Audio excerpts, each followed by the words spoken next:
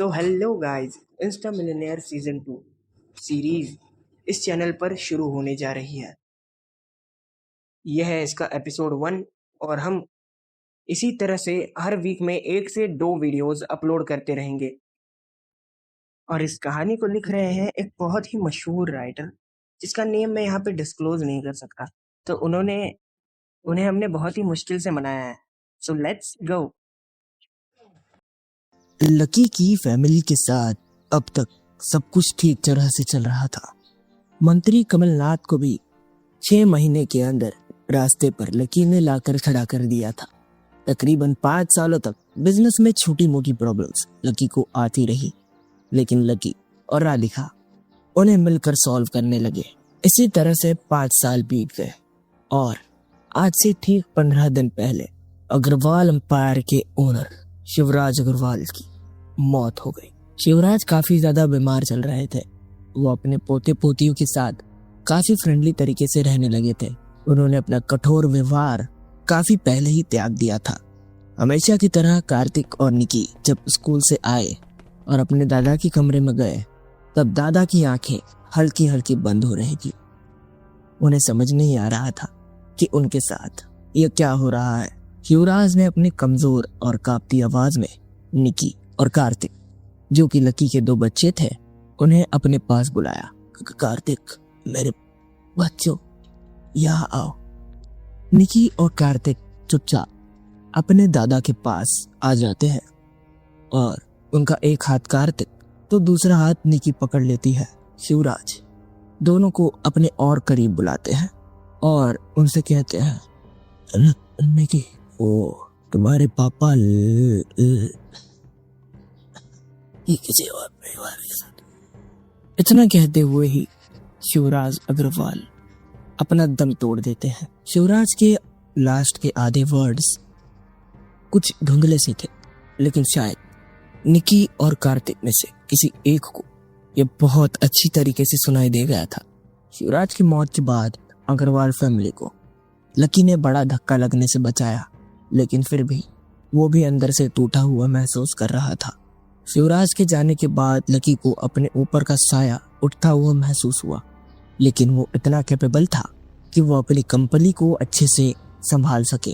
शिवराज की मौत के 15 दिनों बाद सब लोग पूरी तरह से इस चीज से संभल भी नहीं पाए थे और लकी और राधिका को अर्जेंटली एक बिजनेस मीटिंग, जो कि काफी बड़ी डील थी, उसे हैंडल करने के लिए सुबह ही यहाँ से बेंगलोर के लिए निकलना पड़ा था।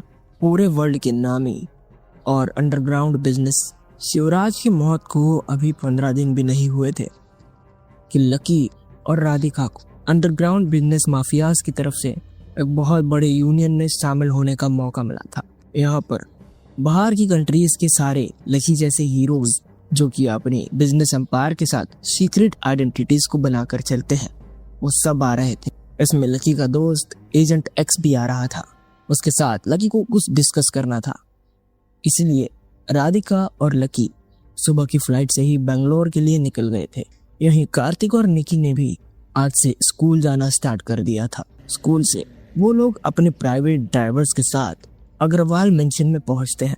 कार्तिक और निकी काफी ज्यादा उदास थे, लेकिन अग्रवाल परिवार ने उन्हें अच्छे से संभाल कर रखा था। लकी और राधिका के रूम में ना होने के कारण कार्तिक और निकी एज यूजुअल अपने स्कूल के दिन के बारे में बात करने के लिए अभिलाषा और दशरथ के पास पहुंचते हैं। वहीं दूसरी तरफ अग्रवाल परिवार के बाकी सदस्य भी अपने घर में चैन से जी रहे थे। शिवराज के जाने का दुख सबको था, लेकिन सबको ये भी पता था कि लकी सारी चीजें अच्छे से संभाल सकता है। वहीं दूसरे कमरे में जहाँ पर निशांत और श्रुति की 1 साल पहले ही शादी हुई थी। निशांत की हरकतें वैसे तो पहले की तरह ही थी, लेकिन वो थोड़ा सा तो मैच्योर हो ही गया था। निशांत अपने रोमांटिक से कमरे में श्रुति के पास धीरे धीरे बढ़ रहा था। दोनों एक दूसरे की आंखों में देखते हैं कि तभी निशांत का फोन बज उठता है, लेकिन निशांत को इससे कोई फर्क नहीं पड़ता। वो अपना काम जारी रखता है। फोन 3 बार बजने के कारण निशांत थोड़ा चिढ़ जाता है और थोड़ा सा फ्रस्ट्रेट होते हुए फोन उठाता है। हेलो निशांत भाई, अबे आगे बोल, आगे बोल, वरना चाहता नहीं तो तेरे साथ क्या होगा, आगे बोल। निशान भाई, वो भैया और भाभी का, आई मीन आपके भैया और भाभी का फ्लाइट क्रैश हो गया है, लेकिन उनकी आइडेंटिटी मिस्टीरियस थी, तो अभी तक किसी मीडिया को ये बात वो पता नहीं चली है। क्या? हाँ, निशान भाई और दोनों में से कोई भी नहीं बच पाया। ये क्या कह रहे हो तुम? मैं होश भी है, तुम क्या कह रहे हो? निशान भाई रियली मैं सच कह रहा हूँ। और जब हमारी अग्रवाल ग्रुप्स की स्पेशल फोर्स ने उन्हें रेस्क्यू करने की कोशिश की थी, लेकिन निशान भाई वो बच नहीं पाए। इससे पहले कि निशांत कुछ पूछ पाता, एक अजीब सी डिस्टॉर्टेड सी वॉइस उसके फोन में आती है और फोन कट हो जाता है। वैसे तो लकी को इस चीज का अंदाजा पहले ही हो गया था, इसीलिए उसने निशांत, राज और अपने भाइयों को ये बात बता कर रखी थी। लकी ने उन्हें बता दिया था कि दादाजी के जाने के बाद कुछ लोग ऐसे हैं जो अब उन पर बिंदास तरीके से हमला कर सकते हैं, जिनके दादाजी पर एहसान थे, इसी वजह से वो चुप थे। टेंस ना होते हुए निशांत जैसे तैसे अपने आप को संभालता है और श्रुति को भी सारी चीजें बताकर वो दोनों अपने कमरे से बाहर निकलते हैं। कमरे से बाहर निकलते ही वो लोग कार्तिक और निकी को ढूंढते हुए दशरथ और अभिलाषा के रूम में पहुंचते हैं। कमरे में पहुंचते ही निशांत दशरथ से हड़बड़ी में कहता है, चाचा वो हमें जल्द से जल्द ये अग्रवाल मेंशन खाली करना होगा। हम निकी और कार्तिक को लेकर आगे बढ़ते हैं, अब बाकी फैमिली को लेकर आइए। अभिलाषा के मन में ढेरों सवाल थे, लेकिन ऐसी क्रिटिकल सिचुएशन में सब लोग निशांत की बात सुनते हैं और निशांत और श्रुति कार्तिक और निकी को लेकर जल्दी से घर से भागते हैं। वही दशरथ बाकी लोगों को भी इन्फॉर्म करने लगता है। पर चाचू, हम जा कहाँ रहे हैं? निशांत जैसे तैसे हड़बड़ी में अपनी कार शुरू करता है और निकी उससे कहती है, बेटा बस हमें यहाँ से निकलना होगा, वो भी कैसे भी। कार्तिक भले ही 5 साल का था, लेकिन वो काफी चीजों को समझने की कोशिश करता था। निशांत की कार थोड़ी आगे बढ़ती है और धड़ाम, एक बहुत बड़ा ब्लास्ट अग्रवाल मेंशन में होता है, जिसकी आवाज वो चारों तक भी पहुंचती है। निशांत की पलट कर देखने की हिम्मत तक नहीं हो रही थी। वहीं अग्रवाल मेंशन के यहाँ पूरा मेंशन तबाह हो चुका था। शिवराज और लकी की मेहनत से बना ये मेंशन अब तबाह हो चुका था, पर इसके अंदर मौजूद लोग हमेशा हमेशा के लिए एक कहानी का मरे हुए पात्र बनकर रह चुके थे। और तू लकी, तुम्हारा पूरा परिवार बर्बाद हो जाएगा। I know, तुम में से काफी लोग बचे हैं, लेकिन तुम्हारा फंक्शन का हिसाब होना है। Good bye Agarwal.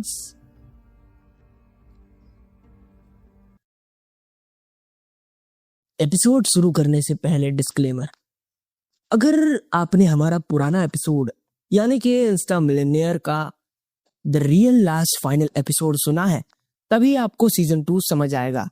वैसे हम इसकी लिंक डिस्क्रिप्शन में भी दे देंगे और आप चाहे तो थोड़ा कष्ट उठाकर चैनल पर जाकर इसे सुन सकते हैं। उस भयंकर ब्लास्ट के होने तक निशांत लकी के बच्चों को बहुत दूर ले आ चुका था, पर उसके दिल में सब कुछ खत्म होने का डर बढ़ता ही जा रहा था।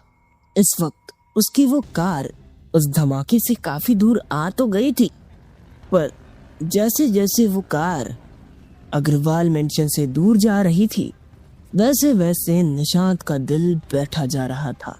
उसकी आंखों के सामने वो अग्रवाल मेंशन में बिताए सारे दिन एक के बाद एक झलकने लगते हैं कि कैसे वो अपने मम्मी पापा के साथ खुश था। उसके पास कुछ देर पहले तक सब कुछ था, भैया, भाभी और अपना कहने को पूरा परिवार, लेकिन उस धमाके ने उससे सब कुछ छीन लिया। उसे यूं अपने ख्यालों में खोया देख कार्तिक ने उससे पूछा, चाचा वो ब्लास्ट कैसे हुआ हमारे घर पर? क्या सब लोग भी ब्लास्ट से पहले निकल गए होंगे? निशांत बैक मिरर में कार्तिक के मासूम चेहरे को देखता है, पर उसे कुछ सूझ नहीं रहा था कि वो कार्तिक को कैसे समझाए।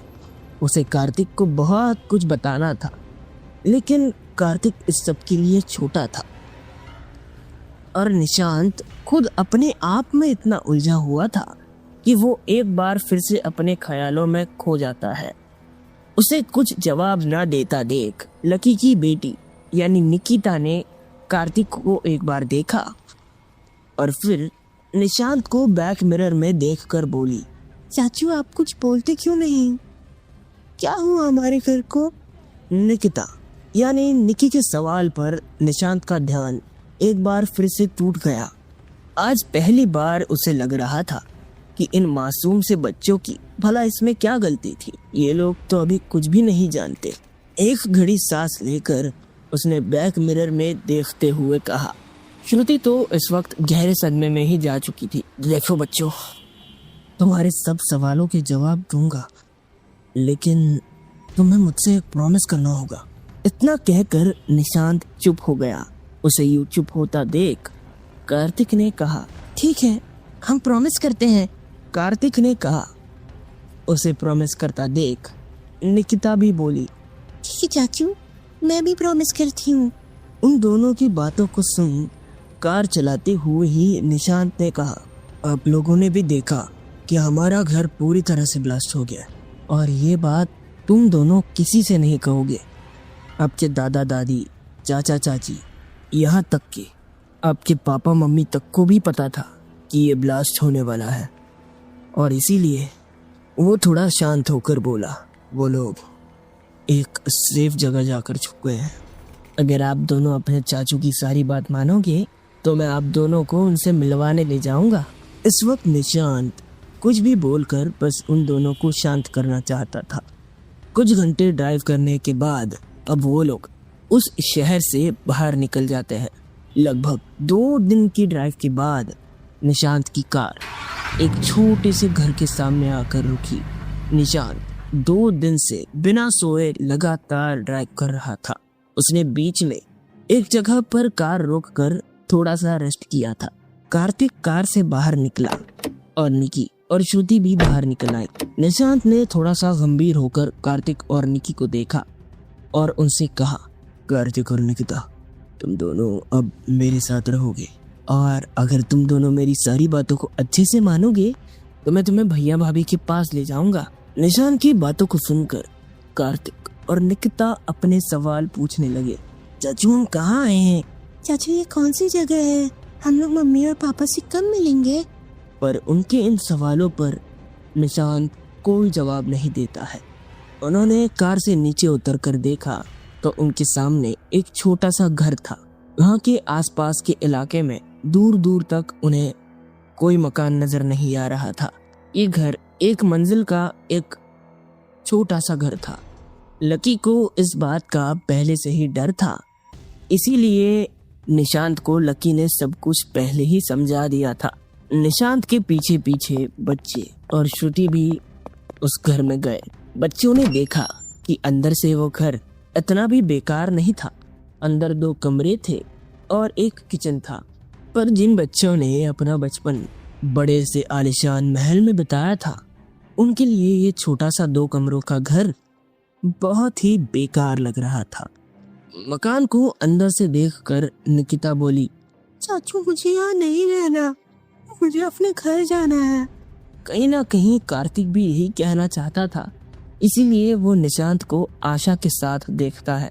उन दोनों के यूं परेशान होने के कारण निशांत अपने घुटनों पर बैठ गया और दोनों बच्चों के छोटे छोटे कंधों पर अपने हाथ रख दिए। निकी, कार्तिक, बच्चों मुझे पता है ये घर तुम्हें अच्छा नहीं लग रहा है, लेकिन अगर हम लोग वहां जाते हैं तो वो बुरे लोग हमें पकड़ लेंगे और इसीलिए हमें यहाँ पर कुछ दिन रुकना पड़ेगा। यहाँ पर निशांत उन बच्चों को समझाने में लगा हुआ था। वहीं इस दौरान इंडिया के कोने कोने में धमाके पर धमाके हुए जा रहे थे। जिन सभी का नाम अग्रवाल्स के साथ जुड़ा हुआ था, उन सभी के पास एक एनवेलप आया था। वो एनवेलप किसने भेजा, कौन लेकर आया, किसी को नहीं पता। सभी के कमरों के बाहर के कैमरा से वो फुटेजेस डिलीट कर दी गई थी। एनवेलप में लिखा था, मैं जानता हूँ कि तुम अग्रवाल्स के साथ काम करते थे। तुम्हें 6 घंटे का मौका दे रहा हूँ। अपना नाम अग्रवाल्स के साथ पूरी तरह से हटा लो, नहीं तो अंजाम वही होगा जो उन अग्रवाल्स का हुआ। बस उस एनवेलप पर इसके अलावा और कुछ नहीं लिखा हुआ था। बहुत सारे लोगों ने एनवेलप्स को हल्के में लेने की कोशिश की, लेकिन 6 घंटों बाद जिन जिन लोगों का टाइम खत्म हो गया था, उनके घर, फैक्ट्रीज सब एक साथ ब्लास्ट हो गए। ये खबर न्यूज़ की सनसनी बन गई। नमस्कार दोस्तों, कोने कोने में मौजूद जो लोग अग्रवाल से कनेक्टेड थे, उनके घर, फैक्ट्रीज सब कुछ ब्लास्ट हो रहे हैं। ये कौन कर रहा है इसका कोई पता नहीं है। दिल्ली के एक बड़े से बिल्डिंग में एक सुपर केबिन में बैठा था रुस्तम डांगी। उसके सामने भी वही एनवेलप पड़ा था जिसे वो इस वक्त देख रहा था। उसे यकीन नहीं हो रहा था कि इतना जल्दी ये सब कैसे हो सकता है। 2 दिन पहले उस धमाके में सारे अग्रवाल मारे गए, और इतना ही नहीं, लकी और राधिका की मौत की खबर भी उस तक पहुंच गई।